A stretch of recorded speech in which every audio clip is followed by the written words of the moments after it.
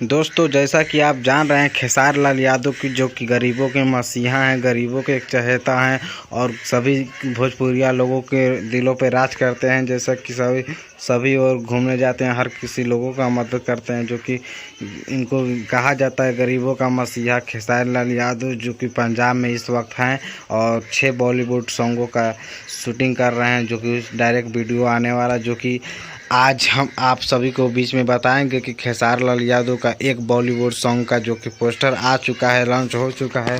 खेसारी लाल यादव का एक बॉलीवुड पोस्टर जो कि आप स्क्रीन पर देख सकते हैं कि यही सबसे पहले बॉलीवुड सॉन्ग आएगा खेसारी लाल यादव का।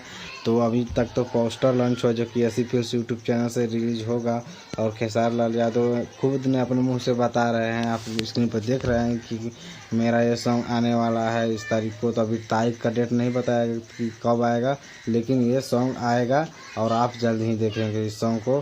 तो ऐसा ही और जानकारी पाने के लिए हमारे चैनल को सब्सक्राइब कर दें, ताकि आप तक ये वीडियो पहुंच सके।